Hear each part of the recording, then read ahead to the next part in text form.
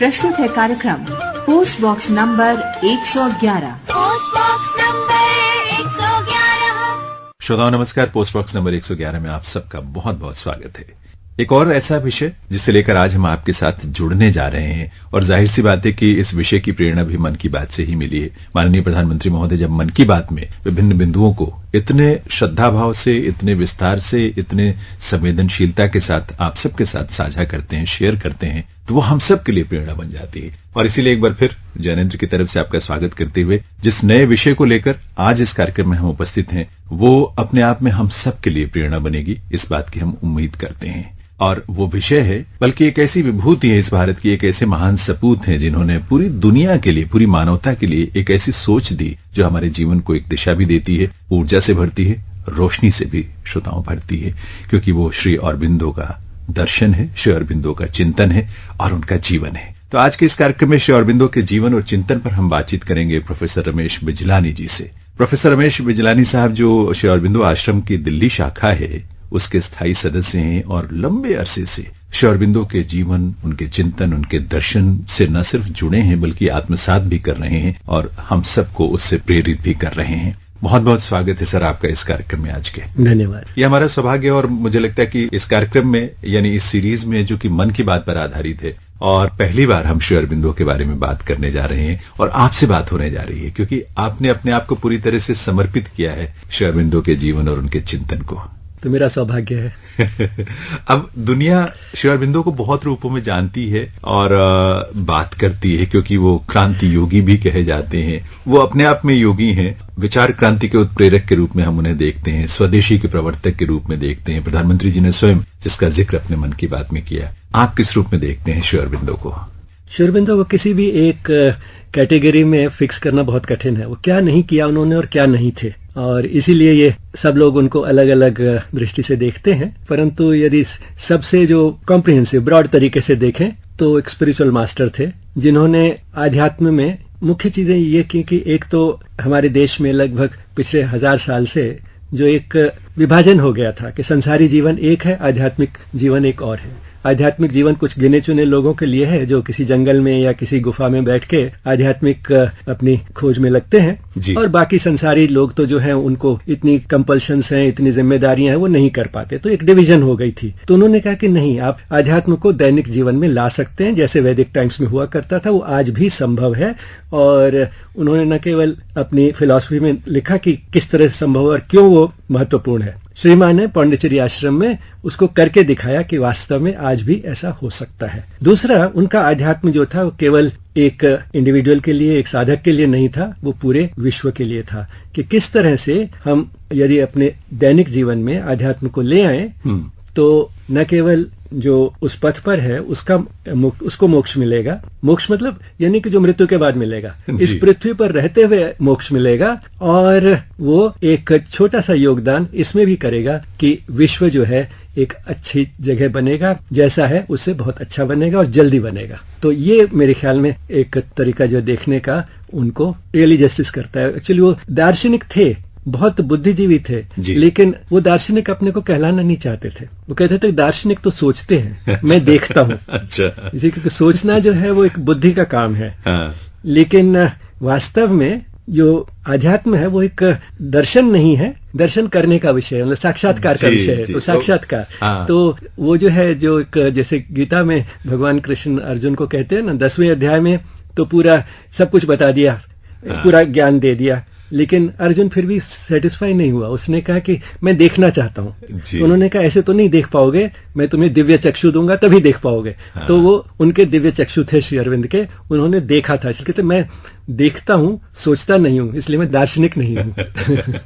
अच्छा, वैसे देखिए बिजलानी साहब, आपने खुद इस चिंतन को आत्मसात किया है, लगातार कर रहे हैं, और मुझे बताते हुए श्रोताओं को बहुत खुशी भी होती है, गर्व होता है इस बात को लेकर कि आप जैसे बुद्धिजीवी, आप जैसे प्रबुद्ध जो इंसान हैं, अपने आप को, कहाँ आप एम्स में फिजियोलॉजी के प्रोफेसर थे, कहाँ आप रिसर्च कर रहे थे न्यूट्रिशन को लेकर, फिर लाइफस्टाइल की तरफ गए और लाइफस्टाइल से योग की तरफ, और योग से आप सीधे श्री अरबिंदो से जुड़ गए, और उसके बाद जब आप जुड़े, मेरा ख्याल है 1992 में आप पूरी तरह से अपने आप को आपने समर्पित कर दिया था इस आश्रम के प्रति, और अब पूरी इसी भाव से आप सेवा कर रहे हैं, चिंतन भी कर रहे हैं। तो ये अपने आप में श्री अरबिंदो के जीवन से एक प्रेरणा का साक्षात स्वरूप आप हमारे सामने स्टूडियो में बैठे हुए हैं। तो ये आपसे बात करके हमें बहुत कुछ ऐसा मिलेगा जिससे हम सबको भी प्रेरणा मिलेगी। लेकिन मैंने सुना है कि बचपन में उनके पिताजी तो ये चाहते थे कि ये किसी भारतीय के संपर्क में ना आए, किसी भारतीय बात को या भाषा को या चिंतन को कोई उनके ऊपर, जैसे कहते हैं ना, कि साया भी ना पड़े। इस बात को सुनिश्चित करने की कोशिश की। और कहाँ श्री अरबिंदो पूरी तरह से भारतीय दर्शन और चिंतन के साथ इतनी गहराई से जुड़ गए। उनका बचपन का ये क्या स्वरूप था, क्या सोच थी, क्या इतिहास है उसका, थोड़ा उसके बारे में जरूर बताएं। ये तो किस्म नियति कह सकते हैं जिसको कोई रोक नहीं सकता। जी। और जो उनको इंग्लैंड में भेजा गया और जहाँ 14 साल उन्होंने वहां लगाए, हाँ। उसका भी इसमें एक रोल था। क्योंकि अगर वो ना होता तो जिस तरह से वो पूर्व पश्चिम का समन्वय बन गए, उस तरह का शायद ना बन पाते। अच्छा। तो वहाँ 14 वर्ष लगाए उन्होंने। अंग्रेजी अंग्रेजों से ज्यादा अच्छी तरह सीख ली और वहाँ की सभ्यता को न केवल देखा समझा, उसको एक आलोचनात्मक दृष्टि से भी देखा, क्योंकि बहुत बुद्धिजीवी थे जी। उन्होंने सिर्फ ऐसे एसिमिलेट करने की कोशिश नहीं की वहां की सभ्यता को, उन्होंने उसको आलोचनात्मक दृष्टि से देखा। और तभी से उनको लगने लगा कि ये एक, जैसे दीमक खा जाती है ना, खोखली लकड़ी होती है। हाँ। बाहर से चमक रही है लेकिन खोखला हो चुकी है सभ्यता, ये बहुत समय तक नहीं चलेगी। मुझे लगता है सर कि पश्चिम के इस चिंतन को और सभ्यता को जानने के बाद ही उनकी उत्कंठा हुई शायद कि भारत को भी उसी हिसाब से जाना जाए। जो इंक्विजिटिवनेस उनके अंदर थी, जानने की जो उत्कंठा रहती थी, तो इसी कड़ी में, क्योंकि बचपन में तो सारा माहौल पूरी अंग्रेजियत से भरा हुआ था। बचपन में दार्जिलिंग जब भेजा गया उनको, तब भी यह है कि अंग्रेजी स्कूल में नन्स जहां पढ़ाती हो, किसी भारतीय के संपर्क में नहीं। और 7 साल की उम्र में, सिर्फ मेरा ख्याल यही उम्र थी उनकी, जब पिताजी ने उनको इंग्लैंड भेज दिया कि ताकि वहां जाके वो पढ़ाई करें और यहाँ के माहौल से वो दूर रहें। लेकिन फिर भी नियति का जो आप कह रहे हैं जो चक्र है, वो उनको वापस वहीं तक लेकर आए। इंग्लैंड में वो कुछ संपर्क में ऐसे लोगों के आ गए जो भारत की स्वतंत्रता के लिए काम कर रहे थे। अच्छा। तो वहां से शायद उनके मन में ये बीज आ गया, तो इसलिए उन्होंने ICS ऑफिसर फैसला कर लिया कि नहीं बनना है। जिस सरकार ने हमारे देश को गुलाम किया हुआ है उसकी गुलामी मैं जाके नहीं करूंगा। पर उनके पिताजी तो बहुत चाहते थे कि वो ICS बहुत अफसर चाहते बने। थे, तो यही सोच के भेजा था। हाँ। तो उन्होंने फैसला किया कि वो नहीं करूंगा, और इसलिए वो अपने को डिस्क्वालीफाई कराने के लिए हॉर्स राइडिंग टेस्ट के लिए नहीं गए। वैसे ये भी है, हाँ। कितना एक रोचक किस्सा है रमेश जी की। चूंकि ये पिताजी की इच्छा थी कि भाई ICS बनना है, तो वो उन्होंने एग्जाम में अपीयर हुए, उसमें शामिल भी हुए, जो प्रीलिम्स एग्जाम जो होता है। लेकिन वो डिस्क्वालीफाई खुद ही करवा लिया उन्होंने घुड़सवारी में, ताकि उसमें पूरी तरह से शामिल ना होना पड़े। पिताजी की बात भी रह जाएगी और अपनी इच्छा भी रह जाएगी। और भारत में आके उनको एक कमी महसूस हुई कि मैं पाश्चात्य देशों के बारे में, वहां की सभ्यता के बारे में तो इतना जानता हूँ, हाँ। भारतीय सभ्यता के बारे में कुछ नहीं जानता हूँ। तो लगभग 14 वर्ष उनको उसके लिए बड़ौदा में मिल गए, जब वो अंग्रेजी और फ्रेंच के प्रोफेसर थे वहां बड़ौदा महाराजा के एक कॉलेज में। तो उनको वहां मौका मिल गया, तो उन्होंने फिर उस कमी को बड़ा तरीके से पूरा किया। जी, एक बार खुद संस्कृत सीखी अपने हाँ, आप, हाँ। और भारत के सारे प्राचीन ग्रंथ पढ़ डाले। तो 14 वर्ष इंग्लैंड में, 14 वर्ष बड़ौदा में, 14 साल के वनवास हो गए। और उसमें उनके मन में एक पूर्व पश्चिम का समन्वय हो गया। क्या बात है। लेकिन मुझे ये जानने की उत्कंठा हो रही है कि जब कोलकाता में पैदा हुए, वहां से वो इंग्लैंड गए पढ़ाई करने, और वहां से सीधे बड़ौदा वो किस तरह से पहुंच गए? बड़ौदा के महाराजा किसी काम से इंग्लैंड गए थे। हाँ। और किसी ने उनको सजेस्ट किया कि ये जो है आपका, जिस तरह का आदमी आपको चाहिए कॉलेज में, उसके लिए ठीक रहेंगे। तो वहीं पे उनका इंटरव्यू हो गया था। अच्छा। तो उनको पता था कि वापस जाते ही सीधे मुझे बड़ौदा जाना है। अच्छा। तो इसीलिए वो बॉम्बे में उतरे अपोलो बंदर पे, और वहां पे उनको एक शांति का अनुभव हुआ। उनको लगा कि मैं अपनी कर्म भूमि पे पहुंच गया हूं, और फिर सीधे वहां से बड़ौदा चले गए। क्या बात है। बड़ौदा में आने के बाद पहले वो अध्यापक के रूप में कार्य करना शुरू किया उन्होंने, या किसी और भूमिका में थे? क्योंकि अध्यापक भी रहे बड़ौदा में, ये मुझे मालूम है। उन्होंने कई काम किए महाराजा ऑफ बड़ौदा के लिए। उनके लिए पत्र भी लिखते थे, सेक्रेटरी भी थे, कई चीजें की उन्होंने। लेकिन सबसे ज्यादा वो अध्यापक के रूप में ही जाने जाते हैं। हाँ। वाइस प्रिंसिपल भी बने उस कॉलेज के, बड़ौदा कॉलेज की बात है। हाँ। पे वाइस प्रिंसिपल भी बने, लेकिन अंग्रेजी और फ्रेंच के प्रोफेसर के रूप में सबसे ज्यादा जाने जाते हैं। बहुत विद्यार्थी हैं उनके वहां के, और उनमें से सबके जो प्रमुख हैं शायद श्री के मुंशी हैं, भारतीय विद्या भवन जिन्होंने बनाया। जी। तो वहां के उनके विद्यार्थी जो थे वो अभी तक उनको याद करते हैं बहुत अच्छी तरह से। पूरी एक परंपरा है उसकी, प्रोफेसर साहब। लेकिन वहीं सुना मैंने कि क्रांतिकारियों के साथ भी संपर्क हुआ, और उनके ट्रेनिंग का काम भी वहीं पर शुरू किया, बड़ौदा राज्य में ही।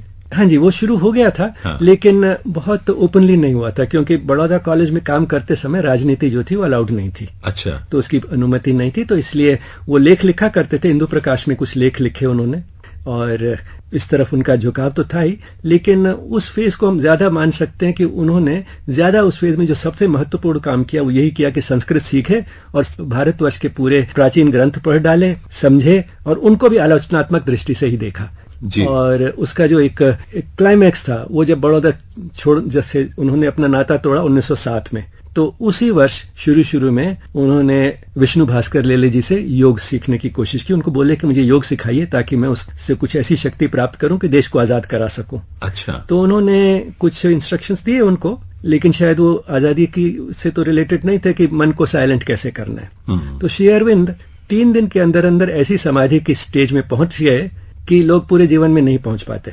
और उनको उसमें एक अनुभव हुआ जिसको कह सकते हैं अव्यक्त परमात्मा, अच्छा। Unmanifest divine.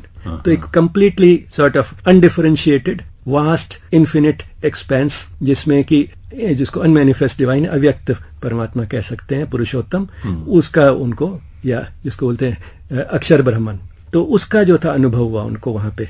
तो ये 1907 की आप बात बता रहे हैं। 1905 में बंगाल का विभाजन भी हुआ। लॉर्ड कर्जन की कुछ अपने निहित उनके ब्रिटिश हुकूमत के प्रति जो कुछ उनको लगता था कि क्रांति की ज्वाला या ब्रिटिश हुकूमत के विरोध में जो तमाम जो विस्तार हो रहा है उसको कहीं ना कहीं इससे दबाया जा सकता है, तो बंग विभाजन उन्होंने किया। इसका असर भी श्री अरबिंदो के चिंतन पर या उनके जीवन में जो लक्ष्य थे उस पर पड़ा, मुझे लगता है। हाँ जी, that was a precipitating factor, turning point वही था। हाँ। उसके बाद उन्होंने पक्का फैसला कर लिया कि अब बड़ौदा से जाना है और बंगाल जाके आजादी की लड़ाई में भाग लेना है। श्री अरबिंदो के जीवन के इतने महत्वपूर्ण पड़ाव हैं, इतने टर्निंग पॉइंट्स हैं रमेश जी की, और वो सब बड़े अद्भुत हैं। मतलब इसलिए लगता है कि कहीं ईश्वर का या कोई दैवीय शक्ति है जिसका चमत्कार या पहले से नियति ने तय कर रखी थी वो चीजें कि इसी ढंग से होनी है, और इसीलिए श्री अरबिंदो के जीवन को अच्छी तरह जानना समझना बहुत जरूरी है उनके चिंतन तक पहुंचने के लिए। इस पर हम चर्चा जारी रखेंगे, लेकिन उसके पहले आइए एक भक्तिभाव से पूर्ण गीत सुन लेते हैं और फिर बातचीत को हम आगे बढ़ाते हैं। ईश्वर अल्लाह तेरे नाम सबको सन्मति दे भगवान। ईश्वर अल्लाह तेरे नाम सबको सन्मति दे भगवान। सबको सन्मति दे भगवान, सारा जग तेरी संतान। सबको सन्मति दे भगवान, सारा जग तेरी संतान। सारा जग तेरी संतान।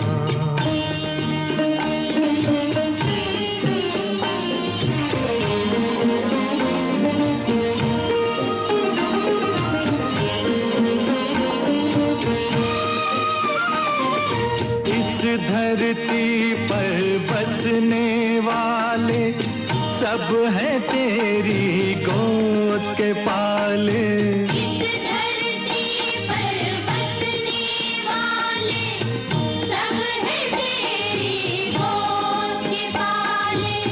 सब हैं तेरी गोद के पाले। कोई नीच न कोई महान, सबको सन्मति दे भगवान। सबको सन्मति दे भगवान, सारा जग तेरी संतान। सारा जग तेरी संतान।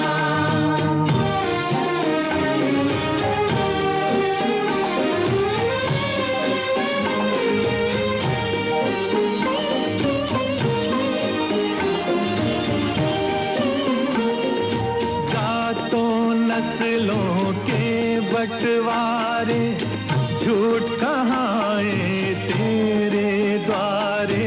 जातों नस्लों के बंटवारे झूठ कहाए तेरे द्वारे। झूठ कहाए तेरे द्वारे। तेरे लिए सब एक समान, सबको सन्मति दे भगवान। सबको सन्मति दे भगवान, सारा जग तेरी संतान। सारा जग तेरी श्रोताओं, आज के पोस्ट बॉक्स नंबर 111 में आज हम श्री अरबिंदो के जीवन और चिंतन को लेकर बातचीत कर रहे हैं प्रोफेसर रमेश बिचलानी जी से, जो कि श्री अरबिंदो आश्रम दिल्ली शाखा के स्थायी सदस्य हैं। वर्षों से आश्रम के साथ जुड़कर, श्री अरबिंदो के चिंतन के साथ जुड़कर इस क्षेत्र में बहुत कुछ योगदान उनका है और आज हमारा सौभाग्य है कि आज हम उनसे बातचीत कर पा रहे हैं। रमेश जी, जो वहां से मेरा ख्याल है जब बंगाल आए थे श्री अरबिंदो, तो वहां नेशनल कॉलेज में भी उन्होंने अध्यापन का कार्य शुरू किया था। बल्कि उस समय ये मैंने सुना था कि कहीं और तनख्वाह बड़ी अच्छी मिल रही थी, लेकिन उसको छोड़ के वो उन्होंने कहा कि मैं 150 रुपए की नौकरी ही मेरे लिए ठीक है, क्योंकि वो नेशनल कॉलेज है, भारतीय परिवेश और भारतीय चिंतन के साथ जुड़ा हुआ कॉलेज है। हाँ जी, वो प्रिंसिपल बनाए गए थे उनको। सबसे पहले प्रिंसिपल नेशनल कॉलेज कोलकाता के वही थे जी। और पैसे की तो उनको कोई बिल्कुल परवाह ही नहीं थी। बड़ौदा में उनको 500 रुपए करीब मिलते थे, जो उस जमाने में बहुत बड़ा अमाउंट था जी। हर महीने। तो करेंसी नोट्स में नहीं, उन दिनों कॉइन्स के रूप में मिला करती थी। तो एक बड़े एक बोल में या किसी में ट्रे में रख देते थे सारी जो पैसे मिलते थे उनको, और कोई भी उनमें से कुछ उठा सकता था। अच्छा। तो बहुत कम उनकी जरूरत होती थी और वो अपनी जरूरत के लिए जितना होता था उतना इस्तेमाल करते थे। बाकी वहां पड़ा रहता था, जिसको जरूरत हो उठा ले। तो लोग उनको पूछते थे कि आप ऐसे क्यों करते हो? तो उन्होंने कहा कि ये फिर भी पड़े रहते हैं, गायब नहीं हो जाते, इसका मतलब कि हम ईमानदार लोगों के बीच में रहते हैं। तो ऐसे मजाक में टाल देते थे जी। तो इस तरह से पड़ा रहता था। तो पैसे की तो परवाह ही नहीं थी। उन्होंने एक पत्र भी लिखा था अपनी पत्नी को। अच्छा।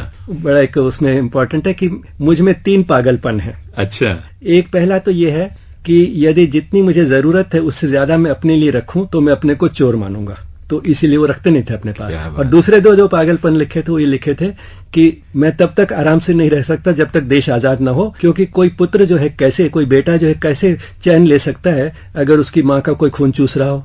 सच बात। और तीसरी बात उन्होंने, तीसरा पागलपन ये है कि यदि ईश्वर है, परमात्मा है, तो मैं उसको देखना चाहता हूँ। तो ये 3 पागलपन है मुझ में। और ये तीनों उन्होंने हासिल किया, ये उनको मिली वो चीजें। देखिए, वो तो जो पैसे को लेकर बात है वो तो है ही है, लेकिन अपनी भारत भूमि या मातृभूमि को स्वतंत्र होने का जो वो देखना चाहते थे वो भी उन्होंने देखा, और परमात्मा के दर्शन वो भी उन्होंने किए, ऐसा मैंने सुना है। वो आपसे हम बात करेंगे, लेकिन अभी हम देश की आजादी की जो लड़ाई थी उसमें उनकी भूमिका पर थोड़ी चर्चा आपसे जरूर करना चाहते हैं, क्योंकि देखिए 1893 में वो भारत लौट कर आए। बड़ौदा में उन्होंने, आपने बताया, 14 साल उन्होंने अपनी सेवाएं दी, लेकिन 1907 में वो बंगाल आ गए थे और वहां आकर पूरी तरह से वो इस तरह के संगठन में जुट गए जहां मातृभूमि को आजाद करवाया जा सके। वहां किस तरह की क्रांतिकारी गतिविधियों में वो शामिल हुए थे, क्योंकि अलीपुर बमकांड भी उसी दौरान का है। वो एक अगेन बड़ी अजीब कॉम्बिनेशन थे। एक तरफ तो हर चीज की पूरी फिलॉसफी और थियरी जो थे बड़ी थॉरोली वर्कआउट करते थे। वो आजादी का संग्राम कैसा होना चाहिए, हमारा उद्देश्य क्या होना चाहिए, वो सब उन्होंने पूरा अपने जो लेख लिखे जी बड़ौदा पहुंचने के बाद, तब से लेकर वो काम शुरू हो गया था। और फिर ज्यादा जोर पकड़ लिया उसने बंगाल जाने के बाद वंदे मातरम में, जो बंकिम जी ने शुरुआत की थी, वो लेख लिखा करते थे। हाँ, लेकिन इन्होंने कर्मयोगी तो शुरू किया था अरविंद जी ने। कर्मयोगिन बाद में शुरू किया। अच्छा। कर्मयोगिन जो था वो जेल से रिहा होने के बाद। अच्छा, तो ठीक है, हम वहीं से बात को आगे तो वंदे मातरम शुरू किया था। हाँ। तो उनका आप पूछ रहे थे ना कि आजादी की लड़ाई में, तो उन्होंने एक बेसिक फ्रेमवर्क जो था वो वंदे मातरम में बना लिया कि हमारा जो उद्देश्य है वो पूर्ण स्वराज्य होना चाहिए जी। सिर्फ कोई कंसेशंस नहीं लेनी है हमें ब्रिटिश सरकार से, हमें पूर्ण स्वराज्य चाहिए।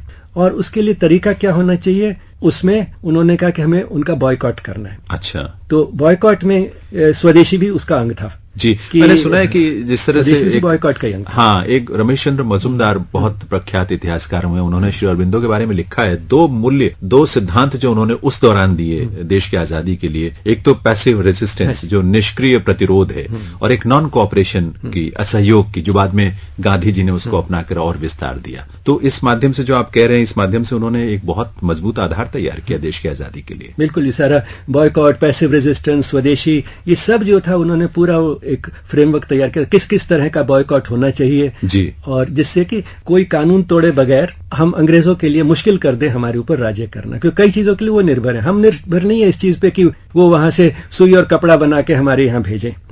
वो हमारे ऊपर निर्भर है क्योंकि उससे उनको पैसा मिलता है बहुत। तो जितनी थोड़ी बहुत क्षमता हमारी रह गई है अपने देश में अपनी चीजें खुद बनाने के लिए, हम जहां तक हो सके उनका इस्तेमाल करें। तो इसलिए स्वदेशी इंपॉर्टेंट है। उनकी शिक्षा का हमें विरोध करना है, नेशनल एजुकेशन होनी चाहिए जी। हमें उनकी कचहरियां हैं, कोर्ट्स हैं, उनका बॉयकॉट करना है। जो वहां की वस्तुएं हैं विदेशी, उनका तो भी ये सब चीजें बिना कानून तोड़े हो सकती हैं। सोशल बॉयकॉट करना है। अच्छा। और फिर उनका था कि अगर फिर भी जो है वो पूरा तरह से काम नहीं हो सकता, अगर कुछ हिंसा की जरूरत पड़े तो वो भी कर सकते हैं। तो सशस्त्र क्रांति के लिए भी उन्होंने रास्ता जो है वो खुला रखा अगर आवश्यकता पड़े उस तरह की। लेकिन जो आपने बातें की श्री अरबिंदो के बारे में, एक तो स्वदेशी को लेकर और शिक्षा को लेकर जो बहुत महत्वपूर्ण बातें हैं, प्रधानमंत्री जी ने मन की बात में इसी बात का जिक्र किया, चूंकि 5 दिसंबर को पुण्यतिथि होती है श्री अरबिंदो की, और उसका जिक्र करते हुए अपनी श्रद्धांजलि अर्पित करते हुए श्री नरेंद्र मोदी जी, माननीय प्रधानमंत्री महोदय ने जो बात कही है, आपकी अनुमति हो तो हम भी सुन लें और श्रोताओं को भी एक बार वो हिस्सा हम जरूर सुनवाएंगे मन की बात का, ताकि उन बिंदुओं पर हम आपसे और विस्तार से बाद में चर्चा कर पाए। आइए सुनते हैं। मेरे प्यारे देशवासियों, श्री अरबिंदो को हम जितना पढ़ते हैं उतनी ही गहराई हमें मिलती जाती है। मेरे युवा साथी श्री अरबिंदो को जितना जानेंगे उतना ही अपने आप को जानेंगे, खुद को समृद्ध करेंगे। जीवन की जिस भाव अवस्था में आप हैं, जिन संकल्पों को सिद्ध करने के लिए आप प्रयासरत हैं, उनके बीच आप हमेशा से ही श्री अरबिंदो को एक नई प्रेरणा देते पाएंगे, एक नया रास्ता दिखाते हुए पाएंगे।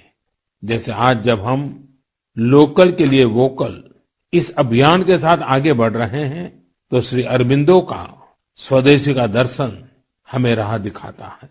वो कहते भी थे, स्वदेशी का अर्थ है कि हम अपने भारतीय कामगारों, कारीगरों की बनाई हुई चीजों को प्राथमिकता दें। ऐसा भी नहीं कि श्री अरबिंदो ने विदेशों से कुछ सीखने का भी कभी विरोध किया हो। जहां जो नया है वहां से हम सीखें, जो हमारे देश में अच्छा हो सकता है उसका हम सहयोग और प्रोत्साहन करें। यही तो आत्मनिर्भर भारत अभियान में वोकल फॉर लोकल मंत्र की भी भावना है।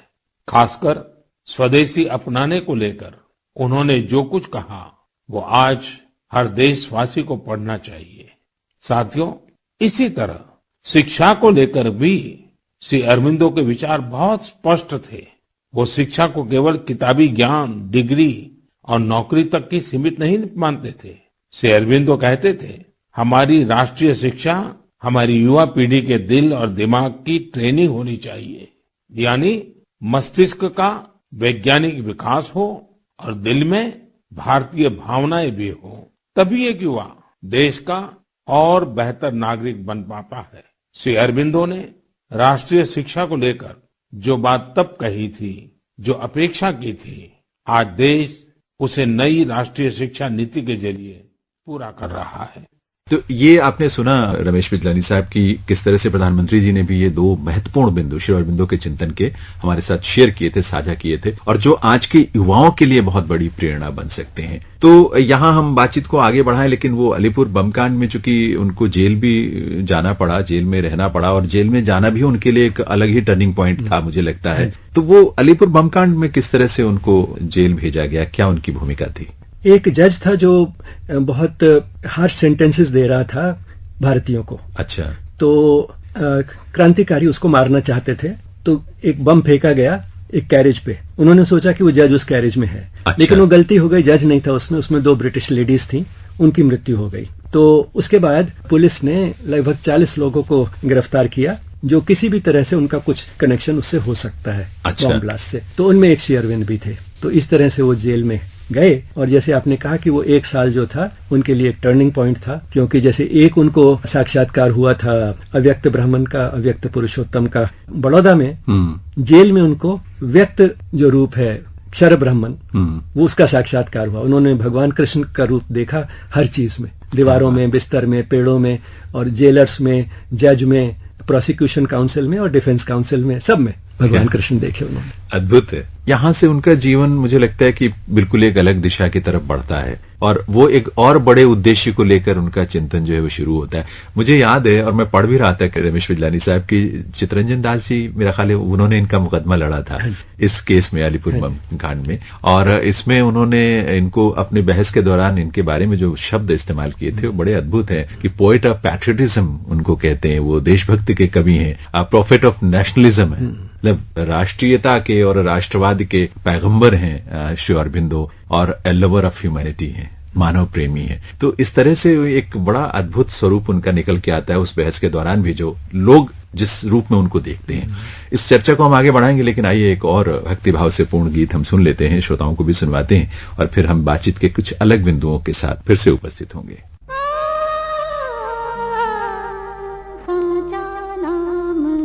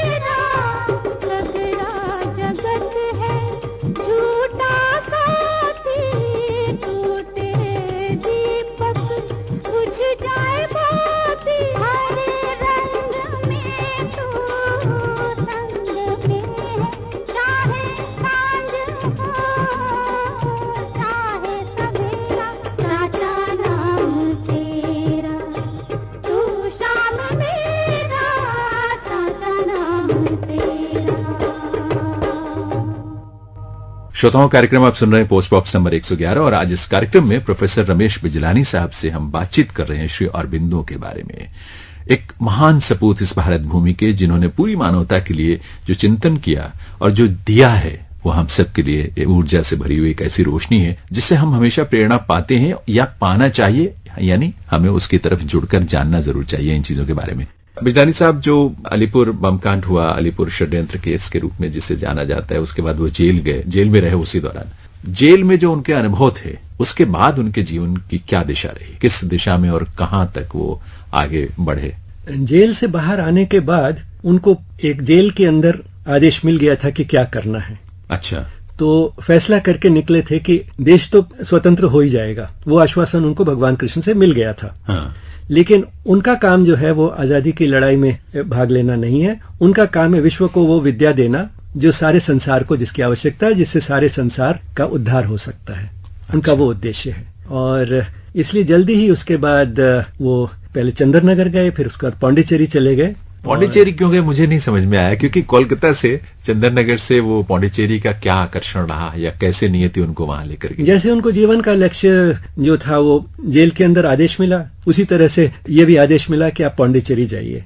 और उसका अगर एक रैशनल तरीके से देखें, तर्कसंगत तरीके से, हाँ। कि क्या कारण हो सकता है, वो ये था कि पौंडीचेरी एक फ्रेंच कॉलोनी थी, तो अंग्रेज उनका उतनी आसानी से पीछा नहीं कर पाएंगे वहां। अच्छा। क्योंकि हालांकि उन्होंने तो फैसला कर लिया था कि राजनीति से निकल जाएंगे, लेकिन अंग्रेजों को विश्वास नहीं होगा, वो तो फिर भी उनको संदेह की दृष्टि से देखते ही रहेंगे। जी। क्योंकि जब जेल गए थे तो उससे पहले तो उन्होंने डिक्लेयर कर ही दिया था कि सबसे खतरनाक और सबसे मुश्किल जो डील करने वाले हैं वो यही है भारतीय हमारे लिए। तो वो तो आसानी से वो मानेंगे नहीं, वो सोचेंगे ये सब शायद कवर है। हाँ। ऐसे ही वो बदल थोड़ी सकते हैं इतना जल्दी। तो पौंडीचेरी में उनको वो एकांत और शांति मिल गई जो उनको चाहिए थी। वहां उन्होंने, मुझे लगता है कि और गहनता के साथ चीजों को जानने समझने की कोशिश की, दर्शन करने की कोशिश की। मैं जानना समझना मुझे लगता है छोटा शब्द है, क्योंकि वो चीजों को देखना चाहते थे, खुद अपनी आंखों से, अपने अंतर्दृष्टि से देखना चाहते थे। इस रूप में उपनिषद का उन्होंने, जो वेदांत है, उपनिषद का निचोड़ है, वो उसकी व्याख्या भी लिखी है और वो बड़ी अद्भुत है मुझे लगता है। उसमें क्या स्वरूप दिया उन्होंने जो पहले की व्याख्याओं से या टीकाओं से अलग है? हाँ जी, उनका जो है वेदांत पे के आधार पे या वेदांत से मिलता जुलता जो ग्रंथ है, द लाइफ डिवाइन, उसमें एक तो उन्होंने ये किया है कि अगर कोई, जैसे आजकल हमारी टेम्परामेंट है, तर्कसंगत तरीके से हर चीज जानना चाहते हैं, रैशनल तरीके से, तो जो आध्यात्मिक दर्शन होता है वो हम बुद्धि से नहीं कर सकते, बुद्धि से ऊपर जाना पड़ता है। लेकिन जब साक्षात्कार हो जाए तो उसको रैशनलाइज कर सकते हैं। अच्छा। Experience can not be obtained by rational analysis. Rational analysis is not enough for the to be convinced. Convince आप तभी होते हैं जब साक्षात्कार हो, जो चीज आप देखते हैं उसी से कन्विंस होते हैं, लेकिन उसको रैशनलाइज कर सकते हैं। तो उन्होंने रैशनलाइज किया है, और रैशनलाइज ऐसा किया है कि यदि कोई समझने की कोशिश करे, उसको ठीक तरह से मेहनत करे, उसके पुस्तक को पढ़ के और समझने की कोशिश करे, तो एक ये हम्बलिंग एक्सपीरियंस होता है कि हमें तो सोचना भी नहीं आता ठीक तरह से, हमें तो पता ही नहीं है कि रीजन चीज क्या होती है। और ये सिर्फ मैं नहीं कह रहा, हमारे यहाँ एक ब्रिटिश गर्ल आई थी आश्रम में, उसने 2-3 महीने वहां रही और वो MA करके आई थी इन रिलीजियस स्टडीज फ्रॉम एडिनबरा। अच्छा। वो एक कॉपी लेके गई लाइफ डिवाइन की। वहां जाके उसने कुछ महीनों के बाद ईमेल भेजी कि मैं आजकल उसको पढ़ रही हूँ और हर बार जब पढ़ती हूँ तो मेरी आंखों में आंसू आते हैं, मुझे लगता है कि we don't even know how to think. क्या बात। तो ये रैशनैलिटी है उनकी। उसको उन्होंने, जो स्पिरिचुअलिटी को रैशनलाइज करना बहुत आसान नहीं होता, उन्होंने रैशनलाइज किया है। दूसरी चीज ये है कि जैसे मैंने थोड़ी देर पहले कहा कि हमारे देश में लगभग 1000 साल से ये एक विभाजन हो गया था कि स्पिरिचुअलिटी अलग है, दैनिक जीवन अलग है जी। तो उन्होंने इसमें दिखाने की कोशिश की है कि क्यों वो दैनिक जीवन में आ सकता है और क्यों आना चाहिए। क्योंकि यदि हम संसार को ईश्वर की एक अभिव्यक्ति या मैनिफेस्टेशन मानते हैं तो वो ईश्वर का एक दूसरा रूप है ये संसार। तो हम अगर ईश्वर को मानते हैं तो उसका एक रूप जो है अव्यक्त, उसको तो हम मान लें, और दूसरा रूप जो व्यक्त रूप उसको ना माने, ये कहाँ तक तर्क संगत है? How can we reject one part of the same of which we are prepare to accept the other form? ये दोनों उसी का ही फॉर्म है। गीता ने भी कहा ना कि क्षर ब्रह्मन और अक्षर ब्रह्मन वास्तव में एक ही, और दोनों पुरुषोत्तम का ही रूप है जी। तो वो अगर एक तो रूप हम उसका मान लें और दूसरा रूप ना माने, ये कैसे हो सकता है? हाँ, ये जरूर है कि जो रूप दिखाई देता है हमें, मैनिफेस्ट है, व्यक्त है, वो टेम्पररी है but it is eternal in its recurrence और almost eternal in its recurrence. तो बार बार होता रहता है, तो टेम्पररी भी नहीं है एक सम से। हाँ। और दूसरी वो कि वो परफेक्ट नहीं है। परमात्मा को हम परफेक्ट मानते हैं, लेकिन जो व्यक्त किया है जिस रूप में, वो परफेक्ट नहीं है, उसमें त्रुटियां हैं। तो इसका मतलब ये कि हमारे जीवन का लक्ष्य ये होना चाहिए, क्योंकि इंसान को ही सिर्फ वो कैपेसिटी दी गई है, हमारा लक्ष्य ये होना चाहिए कि हम उसको उस परफेक्शन की तरफ ले जाएं ताकि जिसका वो रूप है उसके योग्य बन पाए। So it should become fit, we should try to transform the world, transform worldly life so that it befits the one that it manifests. तो ये पूरी दुनिया को वो चाहते थे कि एक चेतना के उच्चतम स्तर पर आए, लेकिन ये कैसे पूरी दुनिया के लिए किस रूप में ये कह सकते हैं कि सार्थक था या उपयोगी था कि दुनिया के चेतना के स्तर को हम उठा दें? उन्होंने कहा कि ये इसलिए इस समय ठीक समय है उसका, और समय आ गया है क्योंकि क्रमिक विकास, एवोल्यूशन जो है वो तो बहुत समय से हो रही है जी। और एवोल्यूशन जो है वो फिजिकल लेवल पे तो जो है काफी पहले ही हो चुकी है।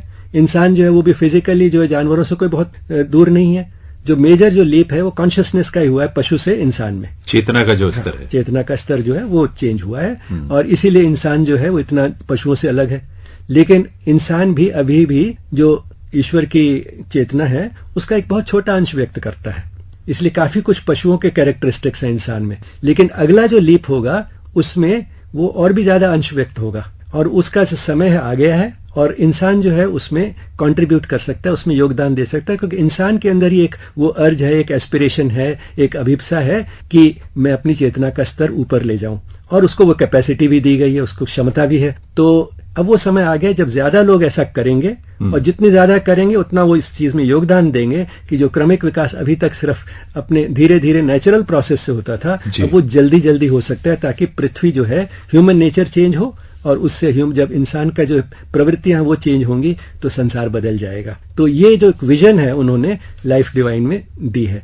तो अगर ज्यादा से ज्यादा लोग इस चीज में इन्वॉल्व होंगे और ऐसा करना चाहेंगे या ये लक्ष्य लेकर चलेंगे, तो स्वाभाविक सी बात है कि पूरी दुनिया में एक ऐसा वातावरण बनेगा जहां चेतना का एक उच्चतम स्तर हम पा सकेंगे और जीवन में खुशहाली का या दुनिया में खुशहाली का यही माध्यम बन सकता है। मुझे लगता है ये सोच उनकी थी, इसीलिए कहते हैं कि पूरी मानवता के लिए उन्होंने अपना चिंतन बिल्कुल। और ये समय जो आ चुका था स्पेशली पाश्चात्य देशों के लिए उन्होंने पॉइंट आउट किया। क्यों? क्योंकि जैसे मैंने थोड़ी देर पहले कहा कि वहां की सभ्यता उन्होंने कहा कि अब बहुत समय नहीं चलेगी। हाँ। और फिर दूसरी चीज उन्होंने उस सभ्यता में ये देखी कि वो लगभग पिछले 300-400 साल से हर चीज जो थी अपनी लाइफ की वो रैशनैलिटी की बेसिस पे आधारित करना चाहते थे। और जब उन्होंने देखा कि साइंस एंड टेक्नोलॉजी जो थी, जो उस रैशनैलिटी से डेवलप हुई, उससे हमारी जो basic problems of human existence है, जो दुख दर्द है संसार का, वो समाप्त नहीं हुआ जी। तो फिर उन्होंने कहा कि वही जो यंत्र जिससे साइंस एंड टेक्नोलॉजी डेवलप हुई है उसको दूसरी तरह से इस्तेमाल करें ये सारी प्रॉब्लम सॉल्व करने के लिए। तो उन्होंने कई चीजें जो थी उसके लिए सोची। शिक्षा कैसी होनी चाहिए, राजनीति कैसी होनी चाहिए, जैसे कम्युनिज्म और डेमोक्रेसी। अगर आप उन दोनों सिस्टम्स को देखें, दोनों अलग अलग हैं जी। उल्टा मानते हैं हम उनको, लेकिन दोनों रैशनल हैं और दोनों के इंटेंशंस बहुत अच्छे हैं, लेकिन दोनों फेल हुई उससे भी सॉल्व नहीं हुई वो प्रॉब्लम। बिल्कुल सच बात है। तो उन्होंने समझा क्यों फेल हुई, वो सब उन्होंने डिस्कस किया इन साइकिल और आइडियल ऑफ ह्यूमन यूनिटी में जी। लेकिन संक्षेप में यही है कि उन्होंने कहा कि जब ये सारे रैशनैलिटी के एक्सपेरिमेंट्स एग्जॉस्ट हो जाएंगे and the west will realise कि ये सब काम नहीं करेंगे, रैशनैलिटी से ऊपर उठना है, क्योंकि latest finest products for humanism, rationalistic humanism, वो भी फेल होगा उन्होंने कहा।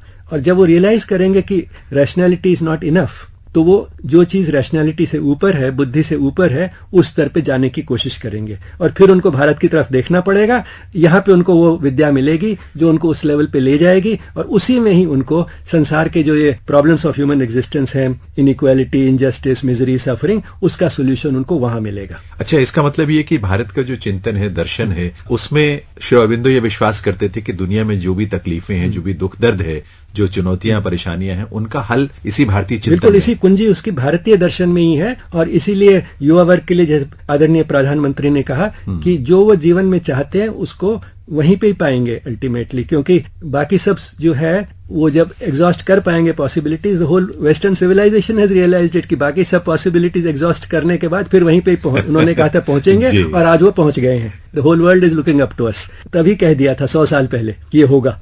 और हमारा युवा वर्ग, क्योंकि संसार में चाहे पूर्व में हो या पश्चिम में हो, इंसान को चाहिए क्या? उसको अपनी खुशी चाहिए, तो ये एक जो हमें फीलिंग है कि अध्यात्म मीन्स की खुशी चली जाएगी, बड़ा सीरियस जीवन होगा, ये होगा वो होगा, वो सब जो है भ्रम है।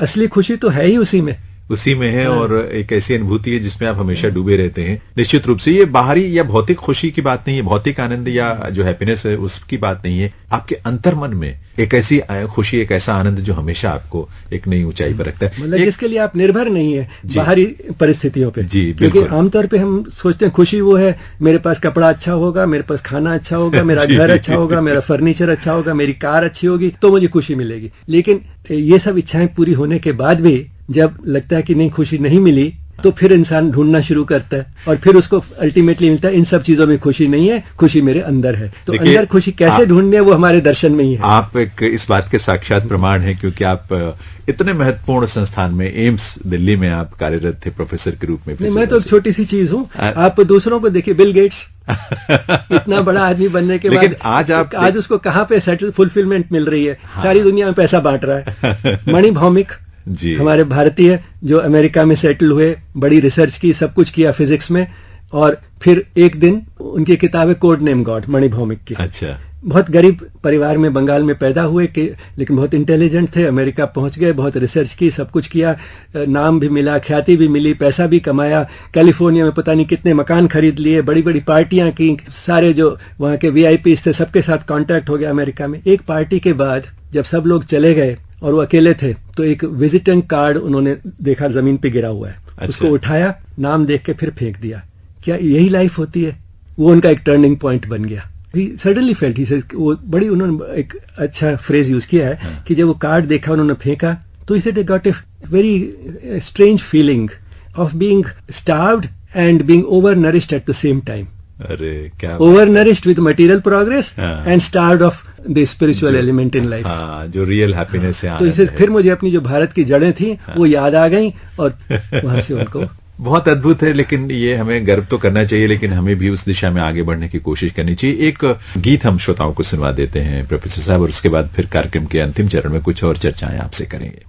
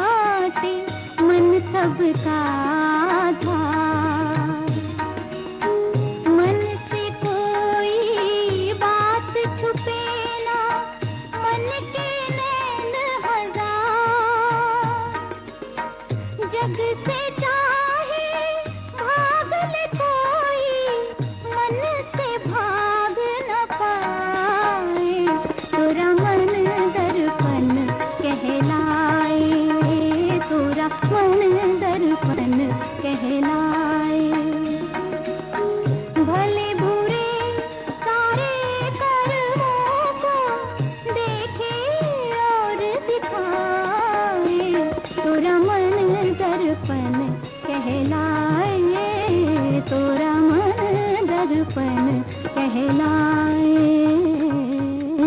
श्रोताओं, कार्यक्रम पोस्ट बॉक्स नंबर 111 और आज इस कार्यक्रम में श्री अरबिंदो के बारे में हम बातचीत कर रहे हैं। ऐसे महान भारतीय चिंतक, क्रांति योगी, दार्शनिक, जिन्होंने देश को और दुनिया को इतना कुछ दिया है, जिसके बारे में भी हमने चर्चा ही की प्रोफेसर रमेश बिजलानी साहब से। बिजलानी साहब, जो शिक्षा की बात है, प्रधानमंत्री जी ने भी जिक्र किया और नई राष्ट्रीय शिक्षा नीति में ऐसे मूल्यों को समाहित करने की कोशिश भी की गई है। श्री अरबिंदो का जो शिक्षा को लेकर चिंतन था, कैसी होनी चाहिए शिक्षा, क्यों होनी चाहिए, उद्देश्य क्या उसका होना चाहिए, ये क्या सोच थी उनकी? उनकी शिक्षा जो एक सर्वांगीण शिक्षा है, तो सर्वांगीण मतलब जो हम इंसान के जो भी अंग हैं, टोटलिटी ऑफ द पर्सन, पूरा जो टोटलिटी पर्सन की एडुकेट होनी चाहिए। फिजिकल, शरीर को स्वस्थ रखना और शरीर में वो सब गुण लाना जिसको अलाइन करते हैं विद द हाईएस्ट रियलिटी, वो सब इम्पोर्टेंट है। मन के दो पहलू हैं, भावनाएं और बुद्धि, मन और बुद्धि, दिल और दिमाग जिसको बोलते हैं। तो दिल और दिमाग दोनों इंपॉर्टेंट हैं। दिल जो है उसको आमतौर पे निग्लेक्ट किया जाता है कि एजुकेशन का हिस्सा नहीं है, लेकिन दिल बहुत इंपॉर्टेंट है, क्योंकि जो बड़ी बड़ी चीजें संसार में होती हैं वो सब सिर्फ बुद्धि से नहीं होती हैं, दिल की वजह से होती हैं। जब तक हमारे अंदर एक जुनून नहीं है, कुछ भी नहीं अकम्प्लिश कर पाएंगे। तो इसलिए उसकी भी एजुकेशन इंपॉर्टेंट है। लेकिन सिर्फ बड़ी बड़ी चीजें नहीं होती, बड़े से बड़े क्राइम्स भी मन की वजह से ही और दिल की वजह से ही होते हैं। तो the best of achievements, the greatest of things and the worst of crimes, जैसे सारे रेप्स, मर्डर्स, फाइनेंशियल स्कैम्स, वो सब क्यों होते हैं? दिल की वजह से। सो ये सारी जो चीजें हैं, वो दिल जो है वो अच्छी चीज के लिए भी यूज हो सकता है, बुरी चीज के लिए वो बहुत प्रबल है। तो उसकी एजुकेशन करना ताकि वो ठीक चीज के लिए इस्तेमाल हो। बुद्धि अगेन वेरी इंपॉर्टेंट, लेकिन आमतौर पर हम जोर देते हैं lowest faculty of learning, memory. तो उससे ऊपर उठने कौन कौन सी हायर फैकल्टीज हैं, उस पर बहुत श्री अरविंद ने लिखा है कि हायर फैकल्टीज कौन सी है और कैसे डेवलप कर सकते हैं। अच्छा। लेकिन सबसे जो इम्पोर्टेंट चीज जो है वो है हमारी आत्मा, हमारे अंदर जो एक दिव्य अंश है। तो मन और बुद्धि जो है और तन जो है हमारा, तन, मन और बुद्धि, ये तो केवल यंत्र हैं। यंत्र को अच्छे के लिए भी यूज कर सकते हैं, बुरे के लिए भी यूज कर सकते हैं। तो अच्छे के लिए यूज करने के लिए इम्पोर्टेंट है कि हम अपनी आत्मा के प्रकाश को पहचाने, आत्मा की आवाज को पहचाने। अंतरात्मा की एक आवाज है, उसको जो है बच्चा पहचानना सीखे और ये सीखे कि जब मैं उस पर एक्ट करूंगा तो मुझे अच्छा लगेगा, मुझे शांति मिलेगी। और ये रियलाइज करे कि अगर मैं उस बात को नहीं सुनूंगा तो मुझे बेचैनी होगी, मुझे बुरा लगेगा। क्योंकि जब हम वैल्यू एजुकेशन की बात इस तरह से करते हैं कि बच्चे को बता दें, लिस्ट दे दें कि ये काम करने, ये नहीं करने हैं, तो वो जो है इतना इफेक्टिव नहीं होता। कुछ भी ना करने से तो अच्छा है वो भी, लेकिन वो इफेक्टिव इसलिए नहीं होता क्योंकि बच्चा ये सोचता है कि अगर मैं गलत काम कोई करूंगा तो टीचर से या पेरेंट से पनिशमेंट मिलेगी। लेकिन वो सोचता है अगर मैं ऐसे तरीके से करूं, कोई देख ना रहा हो, तो फिर तो बच जाऊंगा। अगर तो उसको अंदर से प्रेरणा मिले, अगर पता है कि अंदर से मुझे एक ऐसी पनिशमेंट मिलेगी जिससे कोई बच नहीं सकता जी, तो तभी वो जो गलत काम नहीं करेगा। और सारा क्राइम जो सोसाइटी में होता है उसकी वजह से है, क्योंकि क्रिमिनल यही सोचता है कि मैं इतनी होशियारी से करूंगा, किसी को पता नहीं चलेगा, और आमतौर पर वो बच भी जाता है। क्योंकि जितना क्राइम का हमें पता चलता है उससे कहीं ज्यादा होता है। तो इसका मतलब ये हुआ कि बचपन से ही उसको पता होना चाहिए कि जो बाहर से पनिशमेंट मिलती है उससे तो शायद मैं बच जाऊंगा, लेकिन अंदर से एक ऐसी पनिशमेंट मिलेगी उससे मैं कभी बच नहीं पाऊंगा। बिजलानी साहब, एक चीज मुझे लगता है अगर हम चर्चा ना करें तो शायद बात अधूरी रह जाए श्री अरबिंदो के बारे में बात करने में, वो है श्री माँ की भूमिका। क्योंकि मुझे लगता है कि श्री अरबिंदो का इतना विशाल, इतना बृहद चिंतन है, वांग्मय है, सब कुछ है, लेकिन श्री माँ ने उन सबको व्यवस्थित किया, इंस्टीट्यूशनलाइज किया, संगठित किया और उसको एक ऐसा आधार दिया ताकि वो दुनिया में उनके बाद भी लोगों तक पहुंच सके। श्री माँ की भूमिका के बारे में जरूर कुछ बताएं, उनके व्यक्तित्व के बारे में भी थोड़ी चर्चा जरूर आपसे करना चाहेंगे। श्री माँ भी बचपन से ही बहुत हाईली इवॉल्व थी। और वो कहाँ से आई थी? वो फ्रांस से आई थी। फ्रांस से? अच्छा, फ्रांस से आई थी और बचपन से ही बहुत आध्यात्मिक दृष्टि से विकसित थी। गीता उन्होंने बचपन में ही पढ़ी थी और उनको एक विजन आती थी कि एक भारतीय चेहरा उनको सपनों में, विजन्स में रात को दिखता था। हाँ। और उसका नाम उन्होंने कृष्ण रखा था। अच्छा। जब भारतवर्ष पहली बार आई 1914 में और श्री अरविंद को देखा तो उनको लगा कि ये चेहरा वैसा ही है जैसा मैं देखा करती थी। वो और उनके पति साथ ही आए थे, मैंने कहीं पढ़ा था, है ना? और पौंडीचेरी गए वो लोग। हाँ जी, पौंडीचेरी गए थे। पहले उनके पति पहले आए थे एक बार 1910 में। अच्छा। फिर उन्होंने कहा कि मेरी पत्नी को भी मैं लाना चाहता हूँ, उन्होंने कहा 4 साल के बाद ले आना। अच्छा। श्री अरविंद को शायद वो 4 साल चाहिए थे अपनी जो थी स्पिरिचुअलिटी में और डीप जाने के लिए। तो 1914 में वो फिर आई अपने पति के साथ 1 साल से भी कम रहीं, क्योंकि जो महायुद्ध छिड़ा था 1914 में पहला वाला, उसके लिए उनको वापस जाना पड़ा। लेकिन उस 1 साल में एक बहुत महत्वपूर्ण काम शुरू करा के गई। उन तीनों ने मिलकर फैसला किया कि एक ऐसा जर्नल निकालना है जिसमें सारे संसार की जो आध्यात्मिक और धार्मिक पद्धतियां हैं उनका समन्वय हो, और जो डीप ट्रूथ्स होते हैं उनका बारे में डिस्कशन हो, एक ऐसा जर्नल निकाला। तो ये आर्य नाम से, आर्य के नाम से वो बनाया उन्होंने। 1914 में इसका पब्लिकेशन 1914 में। तो विद्या जो थी भरी हुई थी, उसको बाहर निकलने के लिए ट्रिगर चाहिए था, तो वो ट्रिगर मदर ने प्रोवाइड किया आके 1914 में, और आर्य जो था लगभग 6.5 साल चलता रहा, और श्री अरविंद के जो मुख्य ग्रंथ हैं वो उसी में से ही निकले। तो उसके बाद फिर जैसे क्लॉकवर्क प्रोसीजन से दूसरी बार फिर वो 6 साल में वो काम खत्म हुआ, तो 1920 में वो दोबारा आ गई जी। और 6 वर्ष तक, उसके बाद 1926 तक श्री माँ अपनी साधना में थी। उनको आवश्यकता ज्यादा नहीं थी कोई उसकी, लेकिन उन्होंने बिहेव ऐसे किया जैसे पहले जो कुछ था वो सिर्फ प्रिपरेशन थी, और श्री अरविंद के गाइडेंस में अब साधना शुरू होनी है। तो 6 साल तक उन्होंने वो किया, और श्री अरविंद ने ही उनका वो उसमें भंग किया उसको। 1926 में श्री अरविंद का सिद्धि दिवस जो मानते हैं 24 नवंबर को, तो उसके बाद उन्होंने कहा उनको कि आप देखिए बाबा आश्रम। तो आश्रम उस समय 25 के करीब लोग थे। अच्छा। तो श्री माँ के ही गाइडेंस में 1973 में जब श्री माँ ने शरीर छोड़ा तब तक 1000 से ज्यादा हो गए थे। अच्छा, ये जो श्री अरविंदो अंतर्राष्ट्रीय शिक्षा केंद्र की स्थापना माने की थी, ये 1943 में 1943 में की थी। हाँ, इसका उद्देश्य क्या था? वो इसलिए जरूरत पड़ी क्योंकि दूसरे महायुद्ध में कई लोगों ने अपनी फैमिलीज को वहां छोड़ना शुरू किया। जो पुरुष थे वो तो लड़ाई में चले गए दूसरे महायुद्ध में, और बच्चों को और पत्नी को वहां छोड़ गए। तो बच्चे आ गए आश्रम में, तो स्कूल की जरूरत पड़ी। तो इस तरह से शुरू हुआ। बेसिक चीज जो थी, जो सब चीजें, स्कूल एक बहुत महत्वपूर्ण चीज थी, क्योंकि वो जो है अगली पीढ़ी पर असर करता है उसी फिलॉसफी का, जो भी मैंने बात की, और शिक्षा में कैसे उनका योगदान था। तो श्री अरविंद ने जैसे कहा है कि अगर श्री माँ नहीं आती तो उनका जो दर्शन था शायद किताबों में ही रह जाता। उन्होंने उसको प्रैक्टिकल शेप दी, और प्रैक्टिकल शेप देने के लिए श्री माँ जो थी उनसे बेहतर कोई हो नहीं सकता था, क्योंकि ये तो 2 शरीर थे, चेतना तो एक ही थी। यहाँ आने से पहले भी श्री माँ की जो फिलॉसफी अगर आप पढ़ें तो बिल्कुल वही थी जो श्री अरविंद की थी। बिल्कुल। तो ये तो एक ठीक समय की जरूरत थी, जब वो काम शुरू होना था तब वो आ गई। और ये बहुत इंपॉर्टेंट था, क्योंकि प्रैक्टिकल शेप देना किसी आइडिया को बहुत इंपॉर्टेंट होता है, और स्थायी तौर पे आने वाली पीढ़ियों के लिए मिनिमम डायल्यूशन से किसी भी आइडिया को शेप देना बहुत इंपॉर्टेंट होता है। और दूसरी एक चीज ये थी कि उनके योग में और या उनके अध्यात्म में जो है वो दैनिक जीवन में लाना है। तो दैनिक जीवन में जब प्रैक्टिकल शेप देते हैं तो उसमें जो पुराना बैकग्राउंड होता है उसकी भी महत्व होता है। तो श्री माँ का जो बैकग्राउंड था पाश्चात्य, उसका भी योगदान था। उसकी वजह से वो कई चीजें ऐसी ला पाई जब उसको प्रैक्टिकल शेप दी, जिससे कि फिजिकल स्फीयर में परफेक्शन आ पाई जी। तो फिजिकल एजुकेशन थी, चाहे आश्रम की, या डिसिप्लिन था, पंक्चुअलिटी थी, एडमिनिस्ट्रेशन थी, सफाई थी, ये सब चीजें थी, वो उसमें एक पाश्चात्य देशों की झलक थी। तो in a way we ended up getting the best of the east and the west जी। तो श्री अरविंद जो थे 1926 के बाद उन्होंने इनर वर्क पे कंसंट्रेट किया, जो आंतरिक काम होता है, और श्री माँ ने बाहर के काम पे। देखिए, 15 अगस्त 1872 को जन्म हुआ श्री अरविंदो का।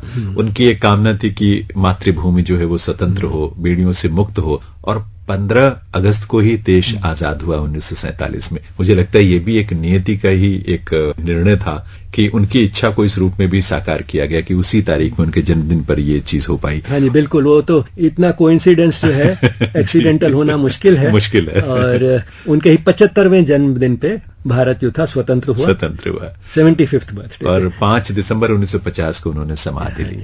तो ये उनकी जीवन यात्रा अद्भुत है रमेश बिजलानी साहब, बहुत ही प्रेरक है। और मुझे लगता है कि आप जिस तरह से, आप जैसे ऐसे हजारों लाखों लोग होंगे जो उनके जीवन से, दर्शन से प्रेरित होकर अपने आप को, जो कहते हैं ना कि एक सच्चा आनंद, एक सच्ची अनुभूति ऐसी जो जीवन की सार्थकता जिसमें है, उस दिशा में आगे बढ़ते हैं। आज श्री अरविंदो के बारे में आपसे बातचीत करके बहुत बहुत गर्व की अनुभूति हो रही है, और हमें लगता है कि इस पर, इन विषयों पर हमें बार बार चर्चा करनी चाहिए। जो प्रधानमंत्री जी का उद्देश्य है कि युवाओं को बार बार इन विषयों से हम जोड़ पाएं और उनके जीवन में इस रूप में रोशनी फैले, वो प्रेरणा पाएं और अपने जीवन को, उसके उद्देश्य को निर्धारित कर पाएं इस रोशनी में। तो इसलिए बहुत बहुत आभार आपका इस कार्यक्रम में आने के लिए और इस बातचीत के लिए। बहुत बहुत धन्यवाद, आपने अवसर दिया। श्रोताओं, प्रोफेसर रमेश बिजलानी साहब जो कि श्री अरविंदो आश्रम दिल्ली शाखा के स्थायी सदस्य हैं और श्री अरविंदो के चिंतन से वर्षों से जुड़े हुए हैं, उनके दर्शन से जुड़े हुए हैं और अपने जीवन में भी अपनाया है, और हम जैसे लोगों को वो प्रेरित भी करते हैं। उनसे आज हम श्री अरविंदो के बारे में बातचीत कर रहे थे। आपको ये बातचीत कैसी लगी? इस कार्यक्रम के बारे में अगर कोई सुझाव, कोई विचार आप हमारे साथ शेयर करना चाहें तो हमारा email ID जरूर नोट कर लें, postbox@gmail.com। इससे ज्यादा कुछ कहने को बचता नहीं है, इसलिए आप सबके लिए बहुत सारी मंगल कामनाओं के साथ मैं यानी जैनेंद्र अब आपसे अनुमति लेता हूं और आपको छोड़े जाता हूं इस गीत के साथ।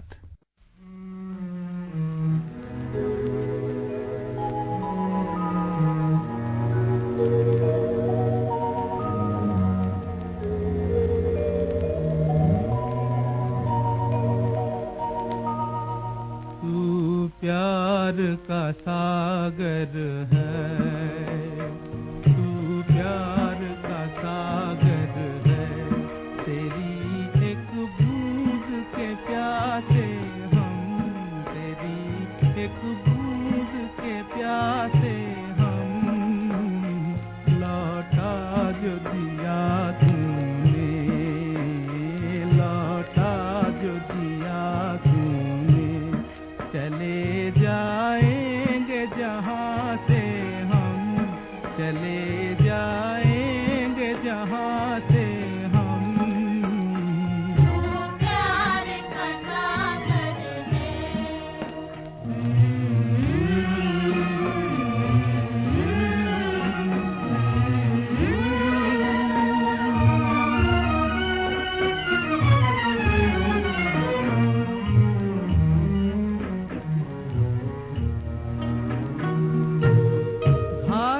मन का पागल पंछी उड़ने को बेकरार, उड़ने को बेकरार, पंख है कोमल आँख है धुंधली, जाना है सागर पार, जाना है सागर पार।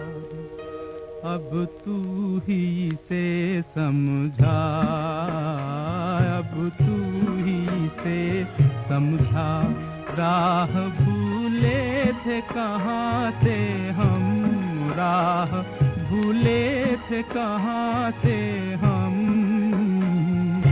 प्यार का सागर है।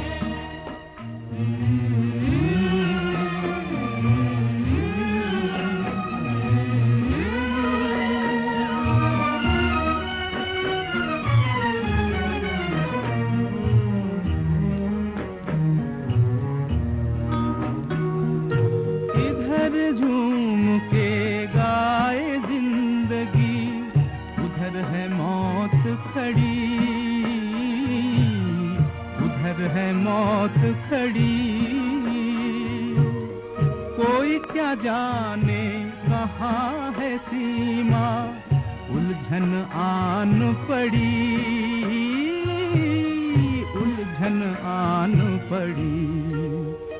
कानों में जरा कह दे, कानों में जरा कह दे कि आए कौन दिशा से हम, कि आए कौन दिशा से हम। प्यार का सागर है, तू प्यार का सागर है।